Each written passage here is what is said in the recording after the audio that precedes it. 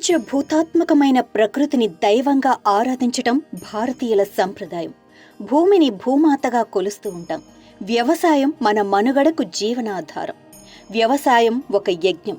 వ్యవసాయ పనులు ప్రారంభానికి ముందు భూమికి పూజ చేయటం అనాదిగా వస్తున్న ఆచారం. వర్ష ఋతువులో జ్యేష్ఠ శుద్ధ పూర్ణిమను తెలుగు రైతులు ఏరువాక పున్నమిగా జరుపుకుంటారు. తొలకరి జల్లుల ఆగమనంతో రైతులు ఆనందోత్సాహాల మధ్య అరక దున్నటంతో పొలం పనులు మొదలు పెడతారు. ఏరు అంటే దున్నటానికి సిద్ధం చేసిన నాగలి అని, ఏరువాక అంటే దున్నటానికి ప్రారంభమని అర్థం. అంటే వ్యవసాయం మొదలు పెట్టడం. సాంప్రదాయకంగా రైతులు ఏరువాక పున్నమిని పండుగలా జరుపుకుంటారు. ఆ రోజు ఎద్దులను కడిగి చక్కగా అలంకరిస్తారు. వాటికి పొంగలి పెడతారు.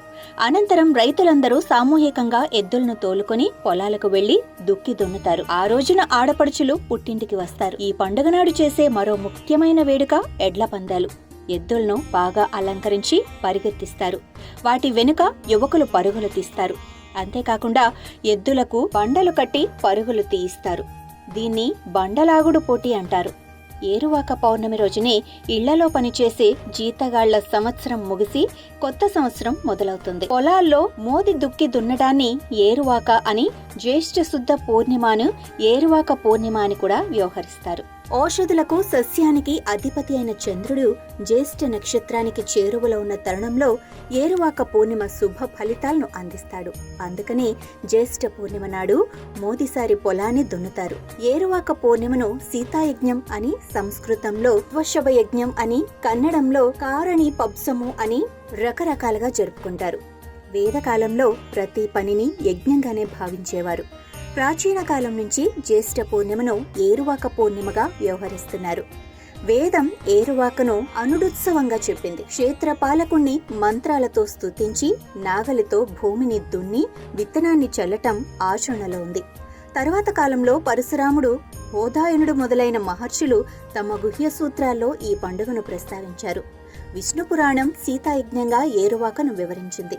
సీత అంటే నాగలి అని అర్థం. వష్పమంగళ దివసం, బీజవాపన మంగళ దివసం, వరాహ పూర్ణమ మంగళం, కర్షణ పుణ్యాహ మంగళం అనే పేర్లతో ఈ పండుగను వైభవంగా జరుపుకునేవారు. శుద్ధోదన మహారాజు ఆనాడు కపిలవస్తులో లాంఛనంగా ఈ ఏరువాకను ప్రారంభిస్తూ బంగారు నాగల్ని కర్షకులకు అందించినట్లుగా ఓ ఐతిహ్యం. గాథా సప్తసతిలో ఏరువాకను గురించిన గాథలున్నాయి. తెలుగు పండుగల్లో సాహిత్యధారలున్న 2000 సంవత్సరాల అతి ప్రాచీన పండుగ. శ్రీకృష్ణదేవరాయల కాలంలో కూడా ఏరువాక సందర్భంగా రైతన్నలను సమాదరించినట్లు తెలుస్తోంది. ప్రతి ఏరువాక పూర్ణిమను జ్యేష్ఠ పూర్ణిమ నాడు రైతులు పండుగగా జరుపుకుంటారు. వ్యవసాయానికి ఎద్దులే ఆధారం. అవి లేకుండా ఏ పని జరగదు. అందుకే ఎద్దులను దైవంగా భావించి పూజిస్తారు. ఆ రోజు ఎద్దులను కడిగి వాటి కొమ్ములకు అందమైన రంగులు పూసి, మెడలో కొత్త గంటలు, రంగుల పూసలు, పూలతో నిండిన దిష్టి తాళ్లను అలంకరిస్తారు. వాటి కాళ్లకు గల్లు గల్లుమని గజ్జెలు కడతారు. నాగల్ని కాడికి కూడా రంగులు పూస్తారు. ఆ రోజు సాయంత్రం రైతులు నాగల్ని భుజం మీద పెట్టుకుని ఎద్దులను తోలుకొని పొలాల వద్దకు వెళ్లి అక్కడ భూమిని పూజించటం, దున్నటం ప్రారంభిస్తారు.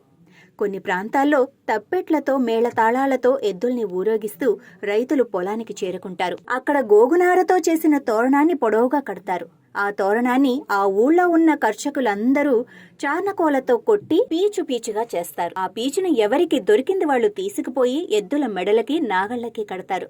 కొంత ఇళ్లల్లో భక్తిగా దాచుకుంటారు. ఆ విధంగా చేస్తే తమ పశువులకు మంచి జరుగుతుందని నమ్ముతారు. తర్వాత తమ కుటుంబ సభ్యులతో కలిసి పిండి వంటలతో విందు భోజనాన్ని ఆనందంగా ఆరగిస్తారు కర్షకులు. కర్షకులు చల్లిన ప్రతి గింజ కోటి మొక్కలై వర్ధిల్లాలని, పాడి పంటలతో తమ ముంగిళ్లు మురిసిపోవాలని, అందరూ చల్లగా ఉండాలని నిండు మనస్సుతో ఏరువాకమ్మని కోరుకుంటారు. దుక్కిగల భూమి, దుక్కిగల మనిషి ఎన్నికి చెడడు అని కర్షకులు గయగా నమ్ముతారు. ఆ రోజు ఎంత అవసరమొచ్చినా ఎవ్వరికీ అప్పివ్వరు. నిత్య పరిశీలన వల్ల జానపదులకు జ్యోతిష్య సంబంధమైన విజ్ఞానం అవగాహన అధికంగా ఏర్పడింది. జానపద సాహిత్యంలోనూ జానపద విజ్ఞానంలోనూ జ్యోతిష్య శాస్త్రానికి సంబంధించిన ఎన్నో అంశాలు కనిపిస్తాయి. వ్యవసాయానికి చెందిన జానపదుడు కార్తెలకు సంబంధించిన విజ్ఞానంతో అనుకూలమైన సమయం కోసం ఎదురు చూసేవారు. దానికి అనుగుణంగానే ఏ సమయంలో ఏ పంటలు వేస్తే ఏ కాలంలో బాగా పండుతాయో ఆ సమయంలో విత్తనాలు జల్లి పొలం పనులు ప్రారంభిస్తారు. పంటలు బాగా పండాలని, వర్షాలు బాగా కురవాలని, సిరిధాన్యాలతో ఇల్లు నిండాలని, ఈ నేల సస్యశ్యామలం కావాలని కోరుకుంటారు.